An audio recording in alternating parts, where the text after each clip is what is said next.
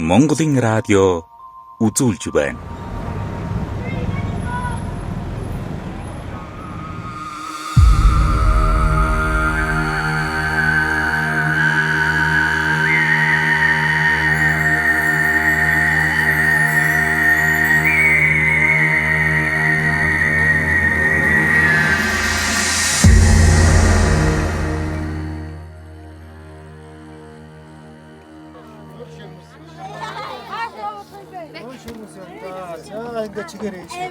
Даяарчлалын өнөө үед хүндрэлтэн улс үндэстэн арьс өнгөөр ялгуурлах зүйлгүй эрх тэгш амьдраасаа билээ хэмээн дэлхийн дулаарл цөлжилтөө сэргийлэх зорилгоор мод тарих, байгаль орчныг хамгаалах болон олон улсын сайн дурын үйл ажиллагааг 30 жилийн турш Монголд явуулж ирсэн бүгд найрамдах Солонгос улсын иргэн Ким Донг Хин гэх эрхмийг нэвтрүүлэхдээ уриад байна.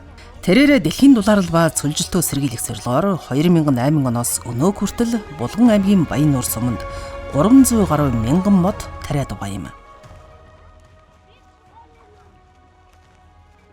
Одоо хүртэл хичнээн мод тарьж цаашдаа ахаад хэр их мод тарих бодолтой байгаа? 센베츠가노 비 솔롱고스 리승 솔롱고스 흥 남해 김동 기득 제가 처음 одоогоор 2000 га талбайд 300 гаруй мянган мод тариад байна. 8년도에 Энийг мэдээж би ганцаараа хийгээгүй. 그때 당시 저는 Олон иргэд сайн дурын байгууллага, сүм хийд маш их тусалж хамтдаа хийж бүтээсэн.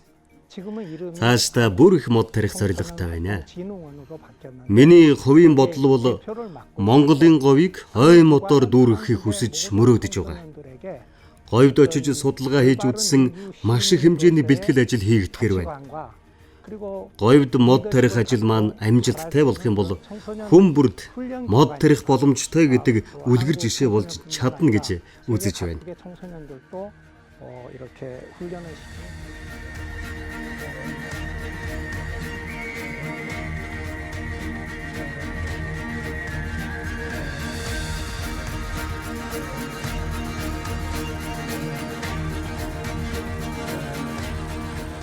나무를 심겠다고 정책을 만들어서 시행하고 있습니다.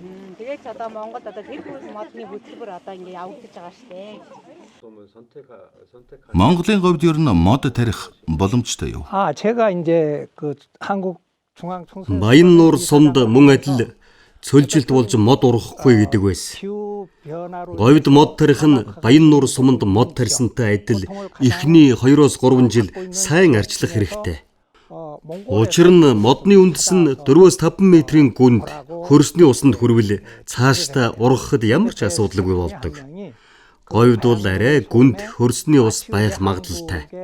Тийм болохоор модны үндэс гүний усанд хүртэл арчилж малаас хамгаалах хэрэгтэй.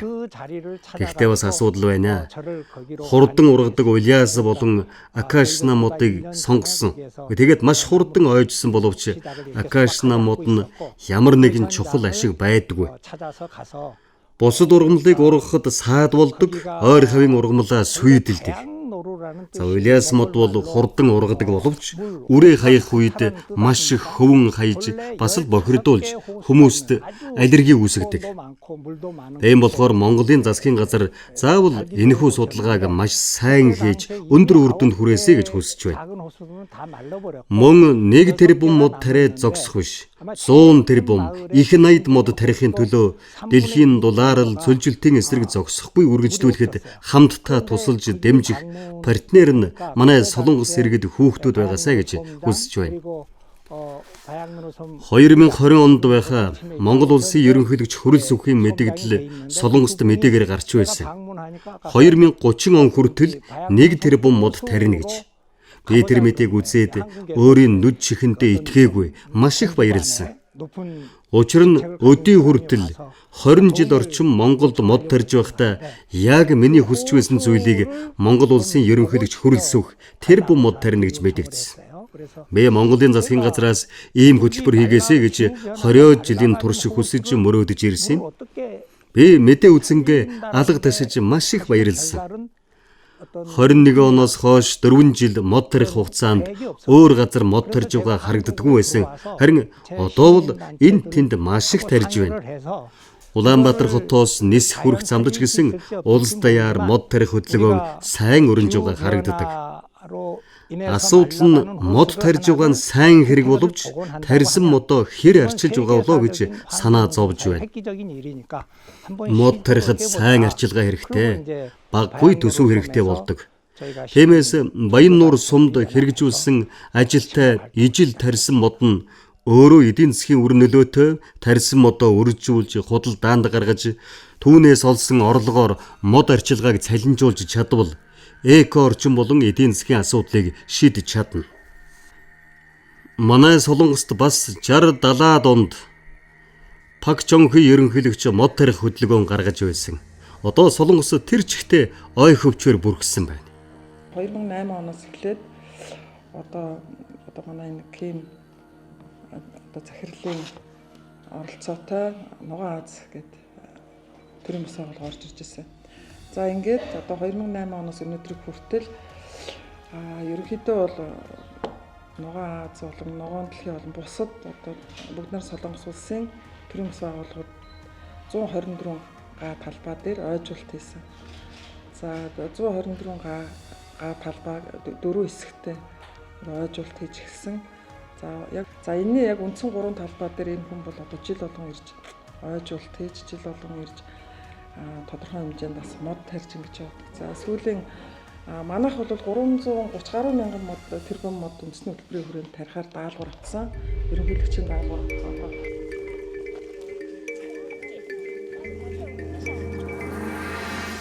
2007 оноос өнөөдрийг хүртэл элсний нүүдэл бол бүрэн зогссон байхгүй. За дээр нь ургамлын бүтц өөрчлөгдөж эхэлж байгаа байхгүй. Хуучин чи элсэн дээр чи хөнгөн тийм одоо жаахан тиймэрхүү ургамлууд ургана шүү дээ. Одоо бол илүү их нөгөө нэг одоо нөгөө Монгол гэх юм уу юу гэх юм те тийм нөгөө нарийн ургамал нь ургаад эхэлж байгаа байхгүй.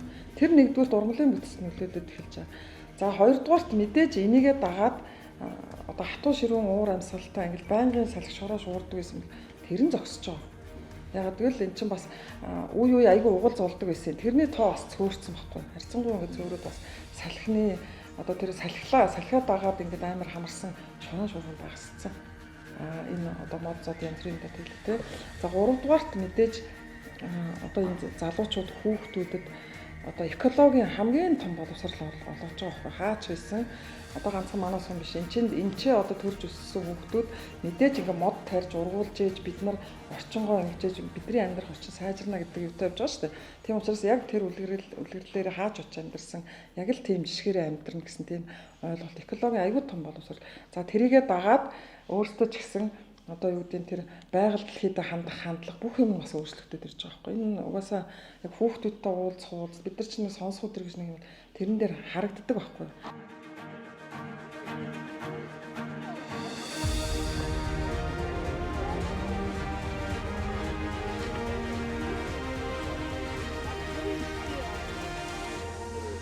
Монголд 1 тэрбум мод тарьснаар дэлхийн уур амьсгалд нөлөөлж чадах уу?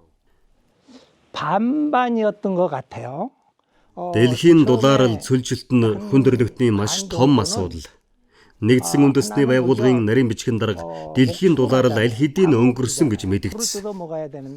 Юу гэсэн үг юм бол доо гэд лавлаад үзвэл дэлхийн дулаарл дуусаад одоо шатаж буцалж хүн төрөлхтний суйрлын үе эхэлсэн гэсэн утгыг агуулж байна лээ. 2050 он гэхэд дэлхийн дундаж температур 4 хэмээр нэмэгдэнэ. Одоогийн энэ байдлаар 1 тэрбум мод тарина гэдэг энэ төсөл нь дэлхийн уур амьсгалд маш бага нөлөө үзүүлэх боловч Монгол улс дэлхийн өндөр хөгжилтэй улсуудад том мессеж хүргэж байна гэсэн үг юм. Энэхүү мессеж нь дэлхийн хэмжээнд тархаж чадвал дэлхийн дулаарлыг зогсоох хүчтэй чухал мессеж болж чадна. Бусад улсад үлгэр жишээ мөн дагуулагч тэргүүлэгч болж чадаж байна хэмээн бодож байна.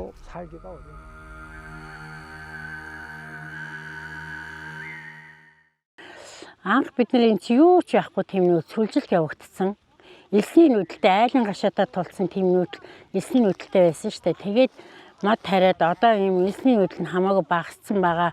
Энэ нуур муур ширэгдсэн байсан. Одоо бас арай гайгүй болж байгаа. Мод тарихын хэцүү зүйл лөө. Тэгээд нэг байгалийн янз янзын үзэгдэл мэдэгдэл байж шүү дээ тий. Тэгээд сан бид нарт аюу хэцүү шүү дээ. Хүмүүс ингэж туслахгүй болоод бид нар чинь яг өөрснөө тийм хураасан нөөц хөрөнгө гэж байхгүй болохоор чинь хэцүү шүү дээ. Анх энэ чи юу ч байхгүй юм модод байдгүйсэн шүү дээ. Одоо энэ бид нар анх мод тарьж байхдаа бараг тэгж боддогсэн шүү дээ. Хизээ энэ мод ургаж хизээ бид нар эдний сүүдэр суух юм болаа гэдээсэн чи одоо сууж шүү дээ. Шантраад болоод болох шантарсны хэрэггүй одоо хүмүүс энэ модыг бол ингээд яг л өөрийнхөө хүүхд шиг бараг өлгөж байгаа юм шиг бид нар ингэж яаж энийг чи ургуулдаг шүү дээ.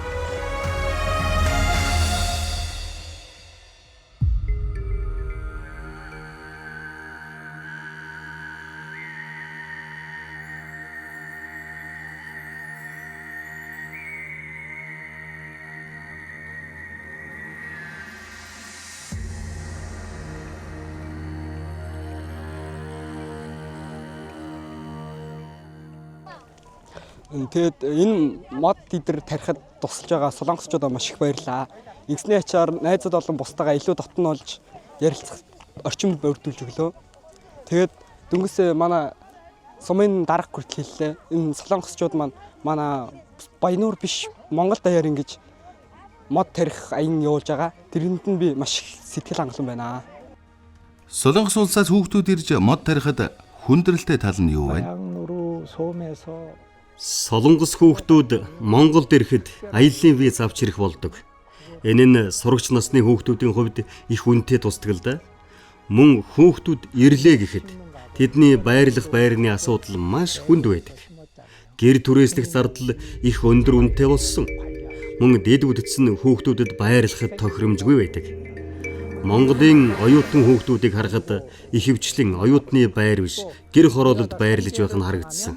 Хэрвээ орон нутгуудад Солонгос улсаас мод тарих гэж ирж байгаа хүүхдүүдийн байрлах байрыг засахаас шийдээд өгвөл 1 тэрбум мод битгийх л 100 тэрбум мод ч тарих боломжтой. Мөн Монгол улсын аялал жуулчлалд нөлөө үзүүлэх байх. 100 тэрбум мод тарьж чадвал энэ нь дэлхийн хэмжээний том амжилт юм.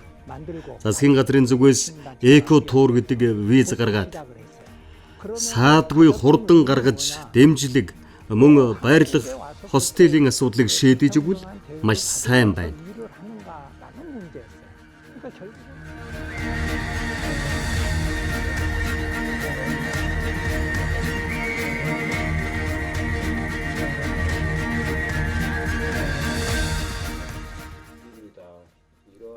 Танд өөр хэлэх зүйл байна уу?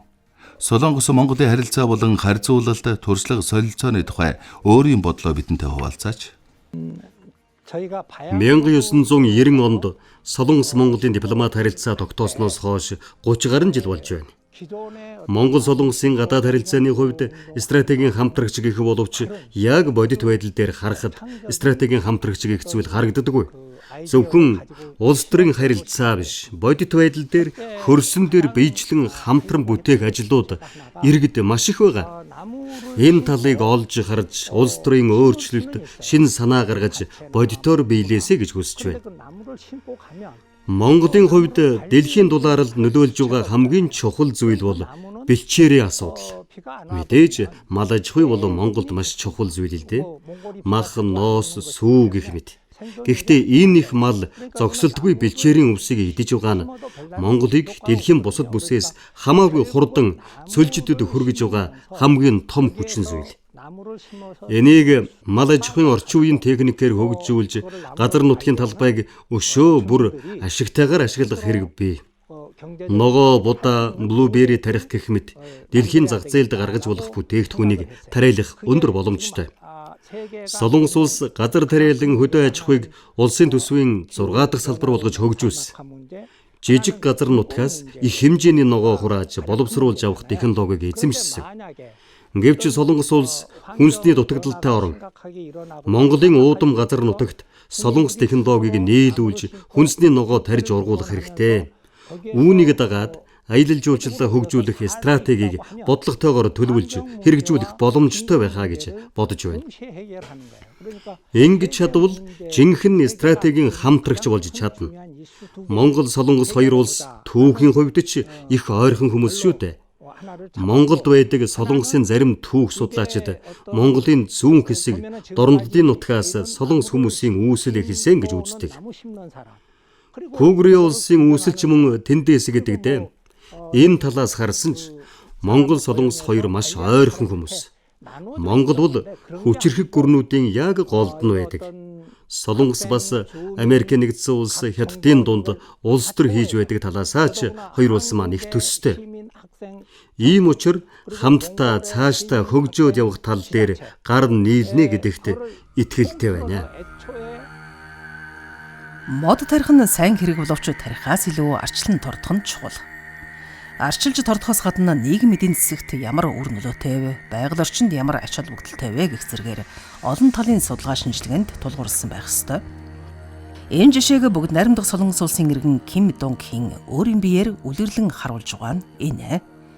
Тэрээр жимс томод ургуулах, хүнсний ногоо тариалах зэргээр байгаль дээлтэй газар тариалангийн технологиг нэвтрүүлэх замаар газар тариалан эрхлэгчдэд орлогын их үүсвэрийг бий болгож иргэдийн эдийн засгийн бие даасан байдлыг дэмжиж байна. Энэ ажил нь байгаль орчныг хамгаалахын зэрэгцээ эдийн засгийг дэмжих, тогтвортой хөгжих, нутгийн иргэдийн нэгдлийг бий болгож байгаа байгаль хамгаалах үйл ажиллагааны загвар болоод байгаа юм.